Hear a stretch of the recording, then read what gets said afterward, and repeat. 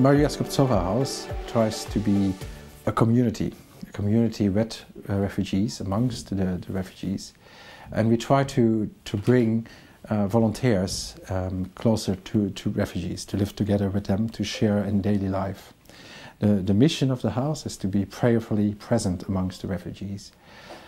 Our experience is that often it's always also the other way around, because many of the refugees are very spiritual or religious people.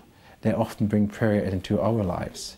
And while it's our mission to be prayerfully with them, they often are within our lives with their prayers. And that's a very good experience for volunteers. As many of the young refugees and also the older refugees, they have no sense of time anymore because they have been traveling for months, often longer.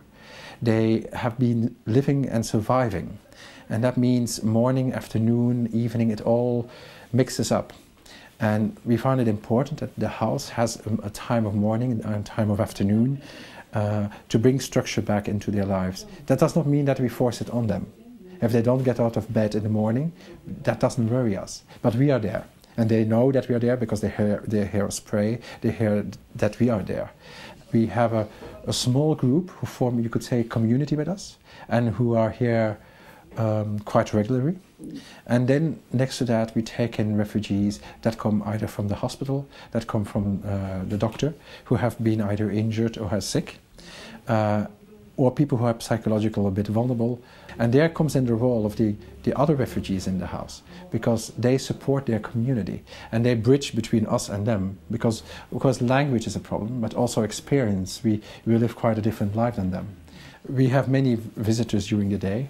People come, either they come for a cup of tea, they come for a cup of coffee to eat a bit, they come to take a shower, to have their clothes washed, because this is the only place actually where they can do their laundry.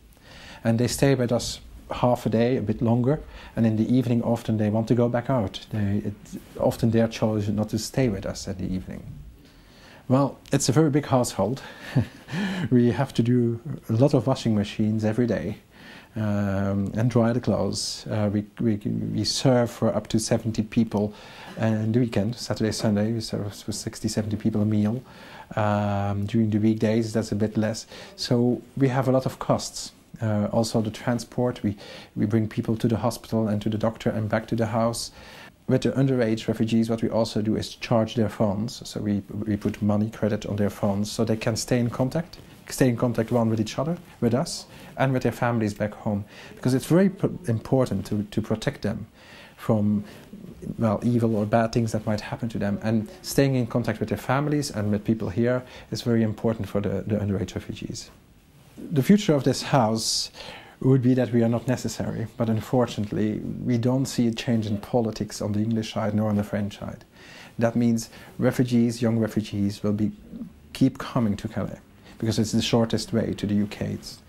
They will always come here. So we want to be here for them. We want to be here to be present amongst them so that we can help them the best we can. With that I mean, if you feel with them, you live with them, you know how you can help them. The biggest need, I think, in a way, is humanity. With that I mean to recognize them as people. And you do that by drinking tea with them. You do that by sharing a meal with them. You do that by praying with them if they invite you. And it's this recognizing their humanity that is, I think, one of the biggest needs. Although in Calais there's a lot of physical need, but I think sometimes the biggest need is simply being recognized as a human person.